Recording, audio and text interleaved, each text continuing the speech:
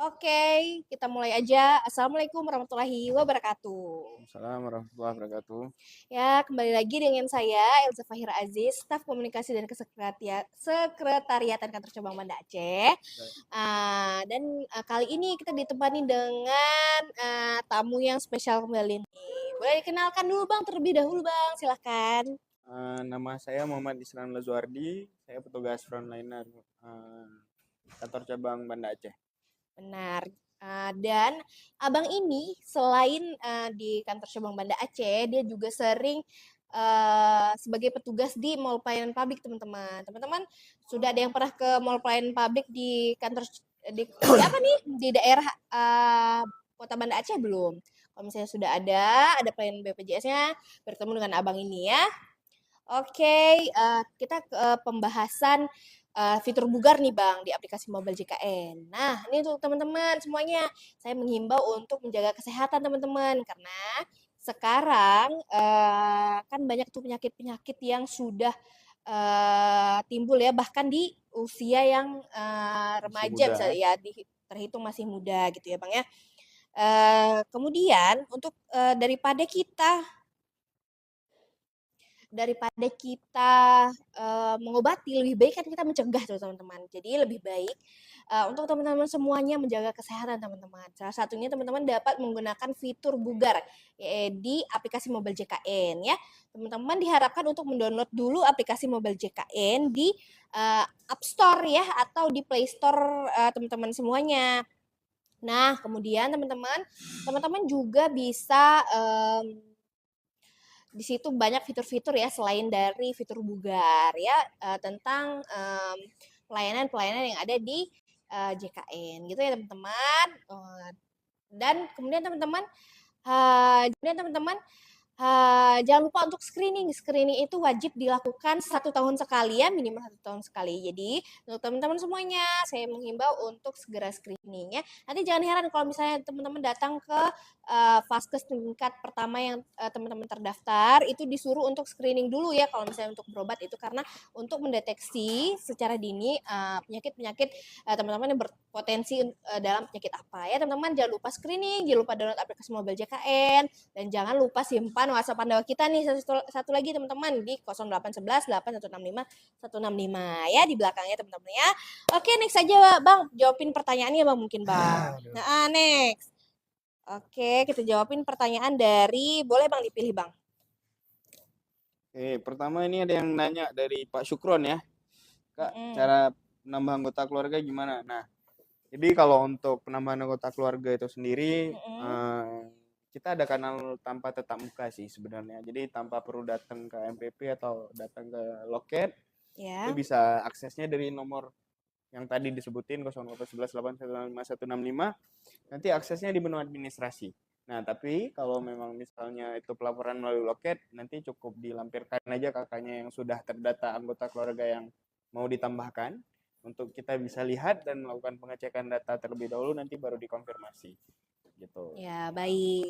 Nah teman-teman sambil kami jawab pertanyaan teman-temannya, semuanya boleh dibantu tap layar ya sambil kami menjawabkan pertanyaan-pertanyaan dari teman-temannya. Kemudian next nih pertanyaan nih dari Kakak Agus Connect ya, cara daftar BPJS gimana? Nah, cara daftar BPJS itu pertama Kakak harus tentukan dulu Kakak mau mendaftar sebagai peserta apa ya. Ada peserta mandiri dan ada peserta PBI namanya teman-teman. Atau teman-teman justru memang sudah bekerja di suatu perusahaan ya itu beda cara pendaftarannya ya. Kalau misalnya teman-teman ingin mendaftar nih sebagai peserta mandiri ya, ingin mendaftar peserta mandiri itu bisa gimana Bang caranya Bang? Nah, kalau untuk pendaftaran jadi peserta mandiri itu Mm-mm. bisa melalui loket Pandawa, Ya. melalui loket administrasi di Mm-mm. kantor cabang atau di BPJS terdekat atau melakukan proses peralihan dari Pandawa dan yang ketiga itu dari aplikasi Mobile JKN juga bisa. Nah, Baik. nanti dia chatnya melalui 08118165 apabila Mm-mm. memang datanya itu nonaktif nanti bisa dipilih diakses di menu administrasi, di Mm-mm. pengaktifan kembali, nanti di peralihan ke PBPU Mandiri. Berkasnya Baik. nanti bakal muncul untuk pop up-nya apa-apa saja berkas yang perlu dilampirkan dan yang perlu difoto nanti bakal ada notifikasinya. Baik. Lalu Bang, kalau misalnya mau datang ke kantor cabang aja nih Bang, mungkin punya waktu lebih ya. Itu syaratnya apa aja Bang? Untuk mandiri itu KK, Mm, KTP, mm, fotokopi halaman depan buku rekening. Kalau di Aceh, terkhususnya karena kita kerjasama auto debit dengan BSI, Bank BSI, dan untuk tanda pengisian form persetujuan itu harus ada materai 10.000. baik. Berarti tampilan buku depan rekening Bank BSI ya Iya, Bang? benar. Oke, karena kita kalau misalnya mendaftar di sebagai peserta mandiri nih langsung terdaftar di dalam auto debit berarti ya Bang ya? Iya, nanti kita Oke. lakukan pengajuan auto debit untuk Mm-mm. pemotongan di iuran bulan kedua dan seterusnya setelah pembayaran manual. Baik. Next nih, boleh Bang bacain Bang pertanyaannya. Oke, buku buku rekeningnya buat apa Kak? Buku rekening itu kita penggunaannya atau berkas administrasi kelengkapannya yang pertama untuk pendataan pemotongan auto debit iuran mandirinya karena kita mengajukan kerjasama pemotongan auto debit melalui bank. Kalau di Aceh karena tidak ada bank himbara jadi menggunakan bank syariah, bank BSI. Nah, kalau di luar mungkin masih ada bank karena ada bank himbara bisa menggunakan auto debit dari bank lain atau bank himbara. Gitu. Baik. Kemudian nih ada pertanyaan dari Kakak Mumang ya, jangan Mumang ya, Kak ya. Arti dari Pandawa di kantor BPJS itu apa ya? Nah, Pandawa itu adalah pelayanan administrasi melalui WhatsApp. Teman-teman, jadi teman-teman simpan aja nomornya di 08118165 165. Setelah itu teman-teman bisa chat di situ, bisa salam pembuka, assalamualaikum, lalu apa itu? Itu ada layanan pengaduan, kemudian ada layanan administrasi ya Bang ya. Ya, Nanti di situ teman-teman kalau misalnya saat mengakses aplikasi mobile KN lalu tidak bisa nih tidak bisa masuk ya, itu teman-teman bisa menambahkan nomor handphone di situ. Kemudian teman-teman bisa menambahkan nomor email juga di WhatsApp Pandawa. Banyak teman-teman di WhatsApp Pandawa. Lalu bisa apa lagi Bang di WhatsApp Pandawa Bang? Untuk perubahan data, untuk aktivasi atau pelaporan anak usia belum melebihi 3 bulan ataupun sudah melebihi 3 bulan. Karena kebanyakan data anak itu dia kalau datanya sementara belum ada pelaporan melalui nomor NIK di KK atau belum masuk ke dalam KK istilahnya itu cuman sementara aktifnya sebelum 3 bulan. Jadi harus ada pelaporan. Nah, yang paling sering diakses itu ya untuk aktivasi anak kuliah, peralihan menjadi PBPU Mandiri, perubahan Vaskes ataupun penambahan anggota keluarga. Ya, jadi kalau misalnya ada anak yang sudah berkuliah lagi aktif nih Bang ya, bisa ditambahkan jangka waktu non aktifnya gitu ya Bang ya. Iya, untuk perpanjangan sampai dia selesai kuliah atau dia tidak jadi tanggungan orang tuanya lagi.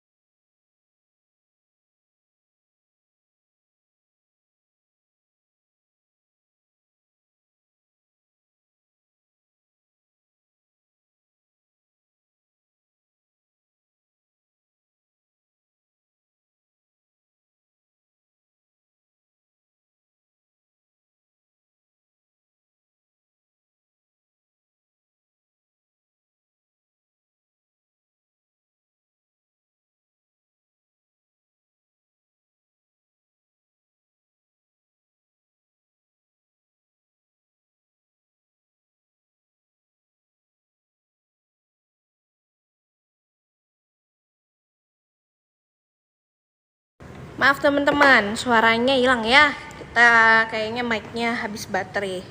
Kita lanjutkan secara dekat aja ya. Bentar ya teman-teman. Mana nih? Kamera baliknya mana? Kemana? Balik.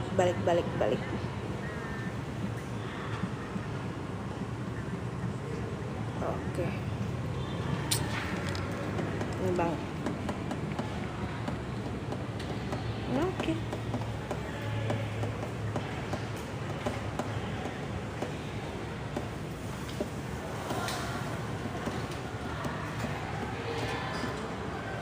Sebentar ya kak. Oke. Kita langsung aja gini jawabinnya ya. Ini ada WhatsApp Pandawanya kelihatan nggak? Oke. Langsung aja ya jawabnya gini ya. Oke, next pertanyaannya tadi boleh bang dibacain lagi bang.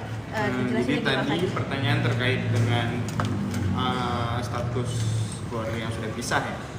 Jadi apabila memang si istrinya ini sudah dilaporkan tidak menjadi tanggungan ataupun suaminya yang tidak dilaporkan tidak menjadi tanggungan, maka peserta bisa melapor ke BPJS terdekat dengan melampirkan KK terbaru untuk nanti dicek dulu datanya seperti apa. Kalau memang sudah nonaktif nanti akan dilakukan peralihan. Peralihannya bisa ke tanggungan pemerintah daerah apabila regulasinya itu masih berlaku atau ke tanggungan mandiri atau yang berbayar. Baik. Oke, maaf ya tadi teman-teman ya suaranya nggak jelas ya. Ini sudah ada suaranya belum ya? Oke, maaf ya tadi teman-teman ya. Udah ada suaranya. Kalau misalnya nggak ada pakai filter hitam kali ya. Maaf ya, pakai filter aja ya. Oke, next pertanyaannya. Jika berubah ke mandiri ke PBI bisa nggak kak? Nah, kalau misalnya ingin beralih sebagai peserta mandiri, peserta PBI dari sebelumnya mandiri, itu biasanya dalam kasus urgensi ya bang ya? Iya. Ya, kasus urgensi dan kalau misalnya pun bisa teman-teman itu harus dalam syarat ini ya di setiap daerah gitu ya, karena di setiap daerah itu regulasinya berbeda-beda. Jika ingin beralih sebagai PBI APBD ya kak ya. Kalau misalnya beralih sebagai PBIJK gimana bang syaratnya bang? Untuk peralihan ke PBIJK atau PBI Jaminan Kesehatan itu melalui pendataan dari pihak desa atau bisa melalui pendataan dari pihak dinas sosial langsung. Nah, nanti datanya akan diterima oleh pihak dinas sosial sesuai dengan domisili tempat tinggal ataupun sesuai dengan domisili KK dan akan dievaluasi, dan jika memang berhak mendapat tanggungan pemerintah pusat atau Kementerian Sosial atau PBIJK itu akan didaftarkan secara otomasi, jadi tidak perlu datang melakukan laporan lagi. Nah, jadi ini berhubungan dengan pertanyaan yang tanggungan tadi, ada yang menanyakan kenapa ada tagihan padahal bantuan pemerintah. Nah, jadi seperti ini, segmen sebelumnya bisa jadi kakak terdaftar di tanggungan mandiri atau yang berbayar, namun karena ada tunggakan dan datanya itu masuk ke data penerima bantuan iuran dari jaminan kesehatan ataupun PBIJK, jadi datanya dialihkan. Nah, iuran yang sudah terbentuk dan tertunggak sebelumnya itu tidak dihapuskan, dia akan tetap melekat, namun dia dapat dilakukan pencicilan jika memang mau dilakukan pencicilan melalui program rehab. Program rehab bisa diakses dari aplikasi mobile JKN, nanti akan didaftarkan perseorangan oleh aplikasi pesertanya. Benar. Mungkin bang boleh mundur sedikit bang biar lebih jelas ya wajahnya. Sini lagi bang. Ya, oke bang. Sambil menjawab ya biar jelas ya. Oke. Next pertanyaannya dari kakak Anyaman Gaul. Kakak awalnya ikut PBI, sekarang nonaktif, mau mandiri apa ada tagihan? Nah, itu tadi tergantung seperti yang dijelaskan abangnya. Kalau misalnya sebelum peralihan kakak ada tunggakan, nah itu pasti ada tagihan ya, karena tunggakan itu tetap jadi kewajiban dari peserta itu sendiri. Jika kakak tidak membayarkan tunggakan, itu tidak akan hilang gitu ya. Lalu kakak bisa jika tidak mampu nih membayarkan sekaligus, kakak bisa ikut namanya program rehab, yaitu program rencana pembayaran bertahap. Nah, itu bisa dicicil kak maksudnya. Jadi kalau misalnya kakak belum mampu membayarkan iuran sekaligus, kakak bisa mencicil dengan ikut program rehab. Nah, bagaimana syaratnya? Nah, syaratnya itu kakak bisa download aplikasi mobile JKN, kemudian ada menu New Rehab 2.0. Di situ kakak klik, terus kakak bisa pilih setengah dari bulan tunggakan gitu ya. Kakak bisa mencicil setengah dari bulan tunggakan gitu kak. Atau bisa datang ke kantor cabang terdekat aja ya. Oke, next pertanyaannya. Boleh bang, lanjut bang pertanyaannya bang, pilih bang. Kalau pecah kakak chat Pandawa di bagian apa kak? Kalau untuk pemisahan data atau pembaruan kakak itu, kalau chat dari Pandawa nanti bisa akses di bagian administrasi di situ nanti dipilih di bagian pengurangan atau di bagian pengurangan anggota keluarga, nanti di situ ada pembaruan kartu keluarga. Nanti bisa diakses dari Pandawa di bagian yang saya sebutkan tadi. Baik. Atau melapor ke BPJS terdekat. Ya, baik. Kemudian nih pertanyaannya Sultan. Kemudian pertanyaannya dari kakak Kenzo, Kak, aku udah 27 bulan gak bayar iuran BPJS terus mau daftar rehab, gak bisa aja. Bisa Kak. Nah kalau misalnya kakak sudah tunggakannya sudah lebih dari 24 bulan nih di BPJS Kesehatan, itu yang terhitung hanya 24 bulannya aja. Nah gitu, jadi kalau misalnya tunggakannya 27 bulan berarti sudah bisa ikut program rehab, karena syarat untuk mengikuti program rehab itu adalah maksimal tunggakan, minimal tunggakan itu di 4 bulan gitu ya. Kalau misalnya teman-teman udah 4 bulan nih tunggakannya, bisa ikut program rehab teman-teman gitu. Jadi kalau misalnya sudah 27 bulan bisa banget teman-teman kalau misalnya sudah menunggu lebih dari 24 bulan ya. Walaupun dihitung hanya 24 bulan aja ya. Oke, next pertanyaannya. Pemutihan BPJS jadi nggak sih? Kalau untuk itu masih belum ada informasi lanjutan. Jadi kita nunggu regulasi terbaru aja ya Kak.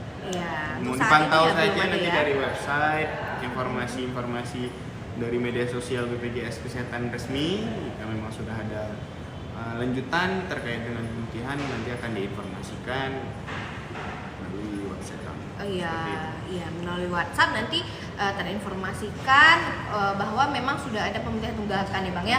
Dan nanti pasti ada konten-konten video dan informasi-informasi lainnya mengenai ada penghapusan tunggakan. Kalau misalnya emang sudah dicanangkan dari pemerintah kita ya teman-teman ya, kita tunggu aja kebijakannya. Untuk teman-teman semua yang nonton boleh dibantu tap layar sambil kami menjawab ya. Oke, next pertanyaannya, Kak, boleh lagi nih, mau menonaktifkan BPJS anak karena sudah meninggal. Iya Kak, kalau misalnya ada anggota keluarga yang sudah meninggal, sudah keluar dari kakak gitu ya, itu syaratnya adalah melapor ke kantor BPJS Kesehatan jika kakak punya waktu lebih, atau kakak dapat langsung aja mengakses di WhatsApp Pandawa kita Kak di 0811 8165 165. Nanti kakak di situ ada menu administrasi Bang ya. Nah, menu administrasi di situ nanti pilih aja, ikutin syaratnya, nanti melampirkan akta kematian Kak ya, pastikan ada akta kematian dan sudah ada kakak yang anggota keluarga tersebut sudah keluar dari kakak tersebut gitu ya teman-teman. Ikutin lagi syaratnya, lalu nanti sudah kapan Bang sudah keluar anggota keluarganya kalau misalnya kita administrasi dari lain Pandawa? Kalau dari Pandawa dia akan menyesuaikan dengan, kalau untuk statusnya itu meninggal, penonaktifan itu akan dimintain untuk pelengkapan berkas itu akta kematian saja, jadi akan dinonaktifkan. Apabila mandiri, itu yang perlu diketahui bahwa kalau sebelum pesertanya ini atau almarhumnya ini meninggal, jika masih memiliki tunggakan, maka itu adalah kewajiban untuk melakukan pencicilan bisa ataupun lunasan juga bisa. Baik. Daftar BPJS bisa online nggak? Bisa. Jadi BPJS itu bisa akses dari Pandawa, dari aplikasi mobile JKN juga bisa, Care Center 165. Website untuk informasi bisa akses dari website Pandawa, dari website BPJS Kesehatan dari Pandawa, atau jika memang pernah akses layanan di puskesmas, klinik ataupun di rumah sakit, jika ada program BPJS online bisa diakses dari BPJS online juga. Baik, itu ya teman-teman ya. Jadi kalau misalnya mau mendaftar secara online bisa banget ya, apalagi yang sebelumnya sudah terdaftar sebagai peserta PBI ya. Tinggal akses aja di aplikasi mobile JKN, nanti diklik aja ingin mendaftar sebagai peserta mandiri. Itu lebih gampang teman-teman, dan tampilannya sudah sangat bagus ya di aplikasi mobile JKN. Jadi cukup download aja aplikasi mobile JKN teman-teman ya. Nanti masuk, tinggal masukin nik sama nomor HP ya. Nanti kalau sudah masuk teman-teman banyak bisa mengakses fitur-fitur lainnya. Contohnya nih ada di situ juga ada namanya antrian online. Jadi teman-teman bisa ambil antrian online bahkan 2 minggu sebelum dari teman-teman ingin berobat gitu ya. Jadi teman-teman cukup ambil antrian online, nanti sudah ada hari, kemudian ada jam, kira-kira teman-teman dilayani jam berapa, teman-teman tinggal datang ke kantor gitu, tinggal datang ke vaskes tempat teman-teman dirawat itu disesuaikan gitu di jam berapa teman-teman, sangat memudahkan untuk teman-teman kita semua ya. Oke, boleh dijawab lagi Bang pertanyaannya Bang. Kak, buat kacamata di cover BPJS nggak Kak? Caranya gimana? Nah, untuk kacamata itu menjadi ditanggung oleh pihak BPJS dengan ketentuan dan juga syarat sesuai dengan kelas rawatnya. Jadi potongannya itu akan disesuaikan dengan kelas rawat, dengan regulasi dia untuk pengklaiman kacamata itu setelah 2 tahun. Setelah 2 tahun setelah pengambilan terakhir kacamata melalui klaim BPJS. Nah, jadi nanti itu akan diadakan oleh pihak Vaskesnya dan akan diberikan rujukan biasanya. Ya, nanti melalui Vaskes tingkat pertama dulu ya Bang ya. Kalau misalnya kemudian setelah Vaskes tingkat pertama diberikan rujukan, nanti biasanya dirujuk ke rumah sakit. Nanti setelah dari rumah sakit nanti dokternya yang akan memberikan resep gitu ya untuk misalnya emang dibutuhkan kacamata gitu ya. Terus tergantung dari indikasi medis juga teman-teman. Tidak bisa diberikan kacamata jika memang teman-teman tidak terindikasi medis gitu ya.